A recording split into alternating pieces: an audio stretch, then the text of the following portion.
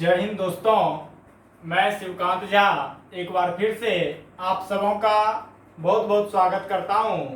हम इस वीडियो में आपके लिए नया चैप्टर वर्ण विचार के बारे में लेके आए हैं। वर्ण विचार क्या है जो है, तो सबसे पहले हम लोग जानते हैं कि ये वर्ण जो है कहाँ से आई जो है।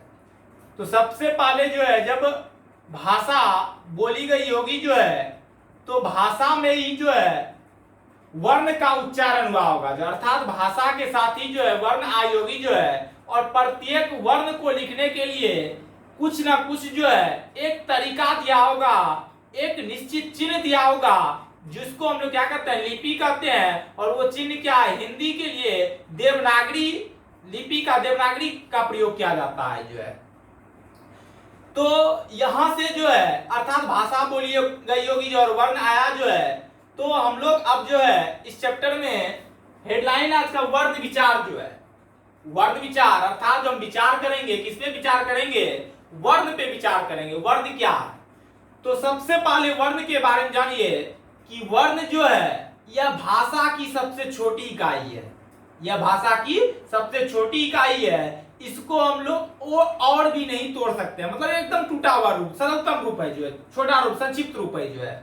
वर्ण को और भी हम लोग नहीं तोड़ सकते हैं जो है, वर्ण का और भी खंड टुकड़ा नहीं कर सकते। वर्ण को अक्षर भी कहा जाता है जो है।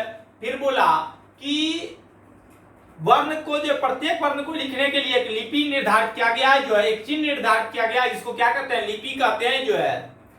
तो डेफिनेशन के रूप में हम लोग यहाँ पे लिखे हैं कि वर्ण उस मूलध्वनि को कहते हैं जिसका खंड या टुकड़ा न हो सके, उसे क्या कहते हैं, वर्ण कहते हैं। वर्ण उस मूलध्वनि कहते हैं जिसका खंड या टुकड़ा न हो सके या न किया जा सके, उसे क्या कहेंगे, वर्ण कहेंगे जो है। वर्ण की कुछ विशेषताएं होती है कि इसे खंड या टुकड़ा नहीं किया जा सकता, यह भाषा की सबसे छोटी इकाई है। वर्ण को अक्षर भी कहा जाता है। हर वर्ण को एक निश्चित चिन्ह के द्वारा लिखी जाती है। वर्ण से शब्द बनता है। हाँ, बहुत इंपॉर्टेंट पॉइंट है। वर्ण से क्या बनता है, शब्द बनता है। जो शब्द में एक भी वर्ण हो सकते हैं और एक से अधिक भी वर्ण हो सकते हैं। अब देखेंगे उच्चारण के आधार पर जो है वर्ण को दो भागों में बांटा गया। कितने भागों में बांटा गया, दो भागों में बांटा गया है जो है। पहला स्वर वर्ण, स्वर, दूसरा क्या है, व्यंजन। स्वर और व्यंजन के बारे में बाद में जानेंगे। पहले हम लोग जो है एक टॉपिक यहीं पे बीच में उठता है, वर्णमाला। उसको हम लोग वर्णमाला के बारे में थोड़ा सा डिस्कस कर लेते हैं जो है कि वर्णमाला क्या है।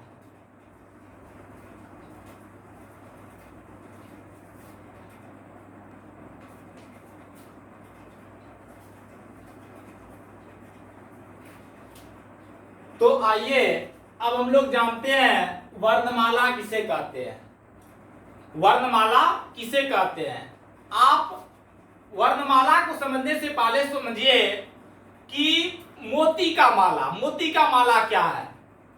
अगर आप देखते होंगे कि मोती अगर है, ये मोती कहलाता अलग अलग है, लेकिन जब इसको हम लोग धागा में पिरो देते हैं, ये क्या कहलाता है, माला कहलाता है। क्या कहलाता है, माला कहलाता है। लेकिन ध्यान रखना है, मोती के माला में एक मोती नहीं होता है। जब भी रहेगा एक से अधिक रहेगा जो है, या एक भी रहेगा तो भी कलाम अगर लोग पाता है वो माला ही कहलाता है जो है।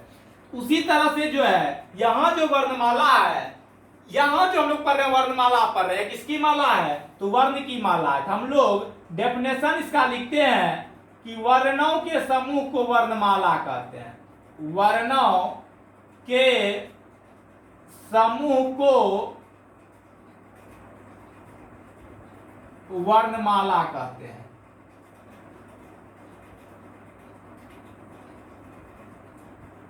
वर्णमाला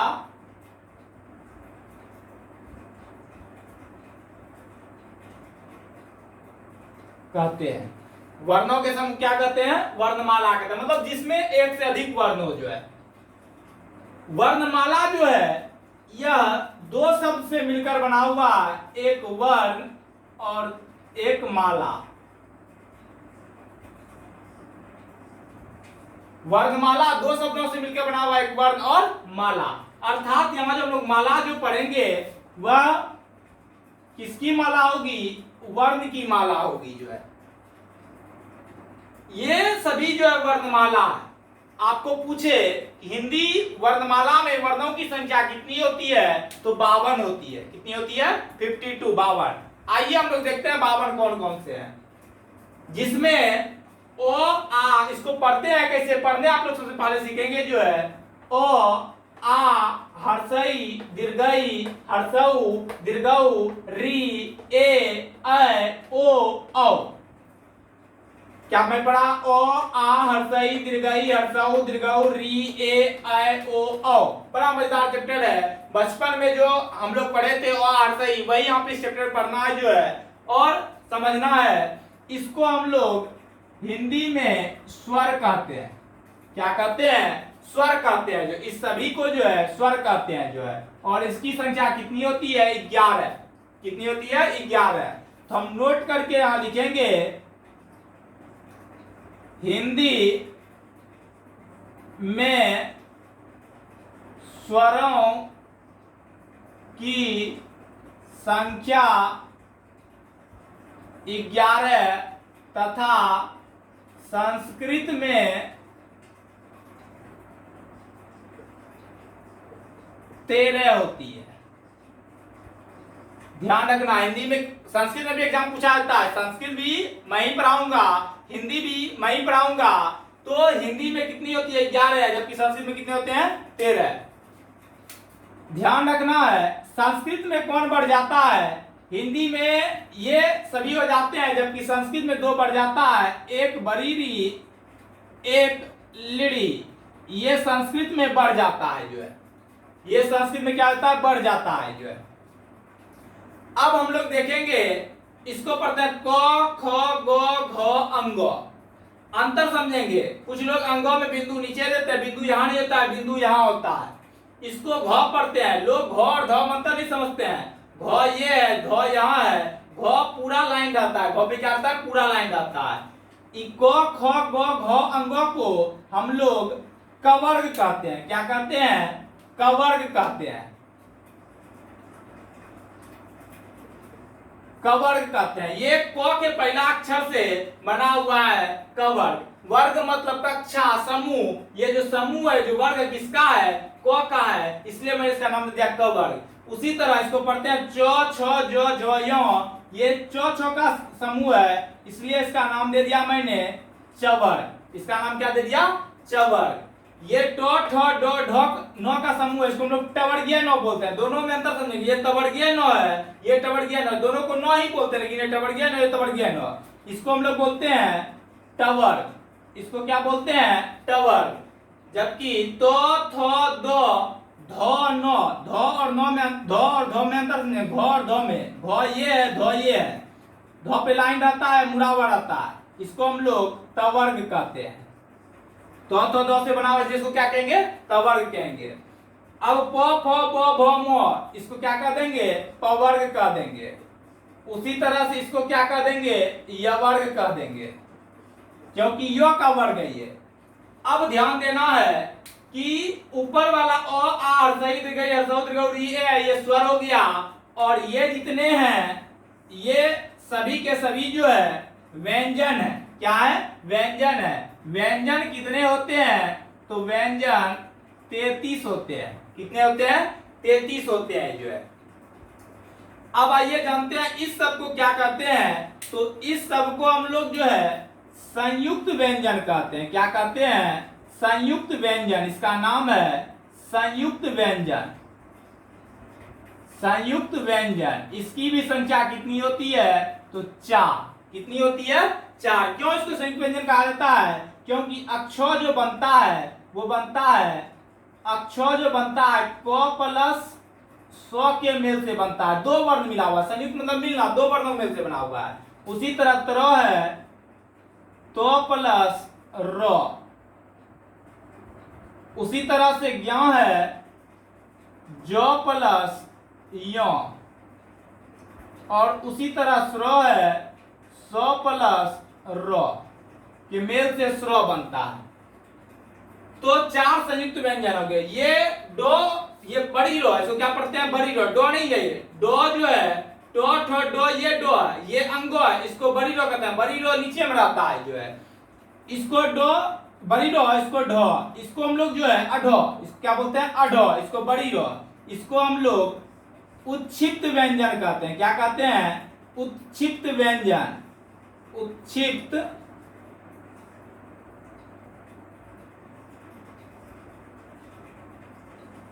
व्यंजन,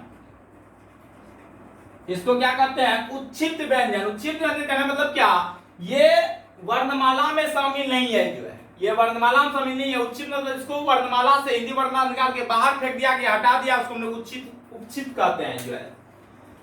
अब हम लोग देखेंगे ये अंतिम के जो जितने होते हैं इसको हम लोग पंचमा अक्षर कहते हैं। पंचमा अक्षर कहते हैं। क्या कहते हैं? पंचमा अक्षर। अंगो यो नो नो मो को क्या कहते हैं? पंचमा अक्षर कहते हैं। पूछा था पंचमा अक्षर की संख्या होती है 5। पंचमा अक्षर की संख्या कितनी होती है? 5। कौन कौन होती है? अंगो यो टवर्गीय नो, क्या पढ़ेंगे? टवर्गीय नो, तवर्गीय नो, मो। अंतिम वर्ण को क्या कहते हैं? पंचमा अक्षर कहते हैं। यो रो लो वो सो सबको क्या कहते हैं? यवर्ग कहते हैं। टोटल ये किसमें आ जाता है? व्यंजन में 33 हो गया, ये 4 हो गया। उत्क्षिप्त व्यंजन कितने हैं? ये 2 हैं। अगर आप काउंट कीजिएगा तो टोटल आपका जो है उड़ जाएगा, काउंट कर लीजिए तो 52 उड़ जाएगा जो है। इस तरह से जो है हम लोग व्यंजन में जानते हैं जो है कि ये सब जो व्यंजन है, व्यंजन में जानेंगे जो व्यंजन क्या है जो है। फिर उसके पहले हम लोग जो जानेंगे कि वर्णमाला जो है 2 भाग में बांटा गया। वर्णमाला के 2 प्रकार होते हैं, सॉरी उसमें जो है स्वर वर्ण जो है पढ़ेंगे, स्वर वर्ण और व्यंजन में पढ़ेंगे। वर्ण में पढ़ेंगे जो है कि वर्ण कितने प्रकार के होते हैं? तो वर्ण 2 प्रकार के होते हैं, स्वर वर्ण और व्यंजन वर्ण। स्वर किसे कहते हैं? हम लोग वहां जानेंगे कि स्वर जिसका उच्चारण अपने आप हो उसे स्वर कहते हैं। स्वर 3 प्रकार के होते हैं, हर्ष स्वर, दीर्घ स्वर, प्लुत स्वर जो है। फिर जानेंगे हम लोग ये व्यंजन किसे कहते हैं? जिसको बोलने के लिए स्वर की सहायता लेनी पड़ती है उसको व्यंजन कहते हैं। वहां पर स्पर्श व्यंजन, अंतस्थ व्यंजन, उस व्यंजन, वहां पे हम लोग जानेंगे जो है। फिर अंतस्थ जानेंगे जो है, योगबाह जानेंगे जो है, सब कुछ हम लोग व्यंजन में जानेंगे। और व्यंजन मतलब क्या? अगले वीडियो में हम लोग जो है पूरा डिटेल जानेंगे। कहां से पढ़ेंगे हम लोग जो है? तो स्वर उच्चारण के आधार पर 2 प्रकार के होते हैं। उच्चारण के आधार पर स्वर कितने प्रकार के होते हैं? 2 प्रकार के। और उसके बारे में हम लोग नेक्स्ट वीडियो में जानेंगे। धन्यवाद।